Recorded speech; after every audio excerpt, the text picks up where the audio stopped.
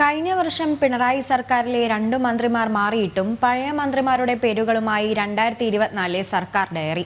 എല്ലാ വകുപ്പുകളിലേക്കും തെറ്റായ വിവരങ്ങൾ അടങ്ങിയ 10,000-കണക്കിന് ഡയറിയാണ് ഇത്തരത്തിൽ കൈമാറിയത്. മുഖ്യമന്ത്രിയുടെ കീഴിലുള്ള പ്രിന്റിംഗ് വകുപ്പാണ് വമ്പൻ അബദ്ധം സർക്കാർ പ്രസിലൂടെ അടിച്ചിറക്കിയത്.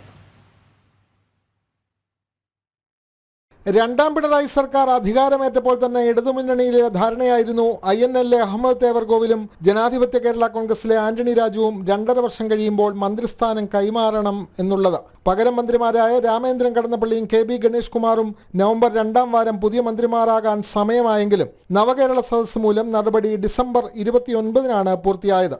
പക്ഷേ സർക്കാർ ഡയറി അടിക്കുന്നവർ ഇതൊന്നും അറിഞ്ഞതേയില്ല. ഈ വർഷത്തെ സർക്കാർ ഡയറിയിൽ അക്ഷരമാലാക്രമത്തിൽ തുറമുഖം മ്യൂസിയം പുരാവസ്തു മന്ത്രിയായി അഹമ്മദ് തേവർകോവിൽ തന്നെ കഴിഞ്ഞ വർഷത്തെ പോലെ തുടരുന്നു. പകരം രാമേന്ദ്രൻ കടന്നപ്പള്ളിയുടെ പേര് ഇല്ല എന്ന് മാത്രമല്ല, തുറമുഖം വകുപ്പ് മന്ത്രി VN വാസവന് നൽകിയതും മുഖ്യമന്ത്രിയുടെ കീഴിലുള്ള പ്രിന്റിംഗ് വകുപ്പ് അറിഞ്ഞതേയില്ല. ഇതേപോലെ ഗതാഗത വകുപ്പ് മന്ത്രിയായി ആന്റണി രാജുവും സിഗ്നൽ മാറാതെ ഇടം നേടി. തെറ്റുതിരുത്തി പുതിയ ഡയറി അടിക്കുന്നത് സാമ്പത്തിക ബാധ്യത വരുത്തുമെന്നാണ് ധനവകുപ്പിന്റെ വിലയിരുത്തൽ.